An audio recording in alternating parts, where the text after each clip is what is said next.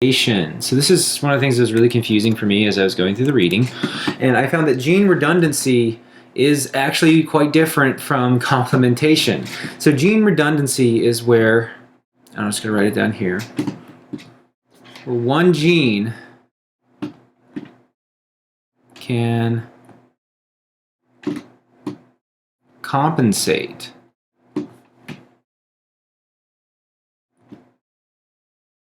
for the, and I'm going to leave room for that to be written out there.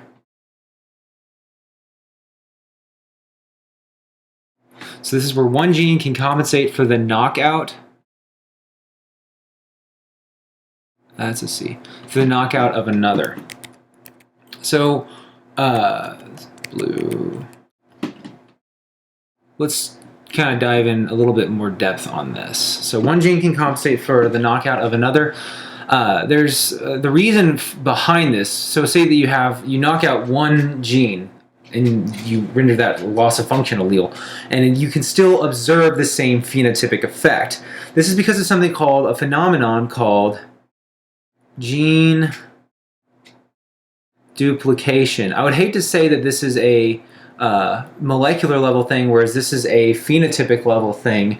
And while you can think of that, remember that phenotype is subjective to whatever it is that you're looking at. So I don't really consider that the most helpful, but that is the impression I got from the book. So gene duplication is brought about by two things. The thing that I think would be the most obvious would be karyofusion.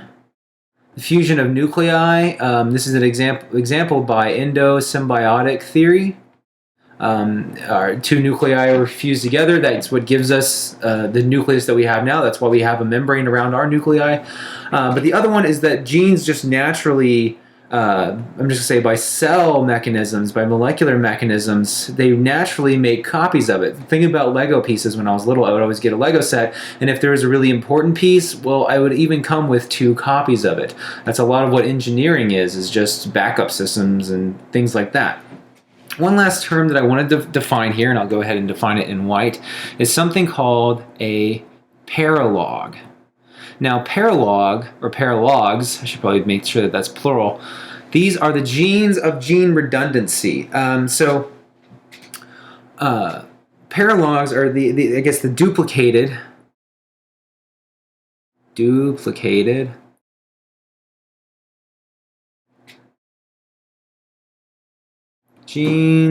of gene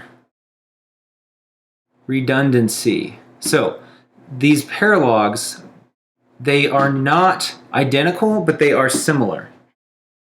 Not identical, but similar. So I'll do that in red, and I'm kind of running out of room. So they're not identical, but they are similar. Just write it down there. They are similar. I'm just going to say that like 3 times. Paralogs are not identical, but they are similar. They're the duplicated genes of gene redundancy. They are similar, but not identical, but they can do a similar function. So complementation, on the other hand, though, and again, a phenotype is subjective, but gene redundancy is more or less a molecular level thing. Complementation is where, for whatever reason, when you have 2 mutants, so I'm just going to say a mutant is crossed with another mutant, and both of these mutants are homozygous recessive. So the example that the book gives is that if we have big C, little p, and I hate using letters like this because I feel like it's hard to tell which is the capital or lowercase, this phenotypically is white. And then you have another cross. I'm going to just go ahead and clarify that that is the genotype of it. The phenotype is white. And then you have another cross that is also white, but it is large p, little c. They're also phenotypically white. When you have these 2 mutants, the resulting of your cross is the wild type.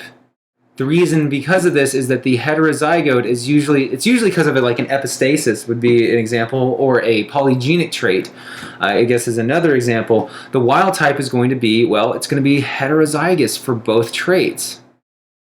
So Again, this is a phenotypical level phenomenon. There's two things that can cause this. The first one is epistasis. So I'm just going to also clarify that the wild type trait for this would be purple, but that's not important. That's not, Shakespeare is a genius, because what's a name? But the two things that can cause this is one, epistasis, and then I'm going to say gene interaction, because I believe that's what the book uses, but that's the same thing as polygenic traits. Gene interaction, and that's redundancy versus complementation.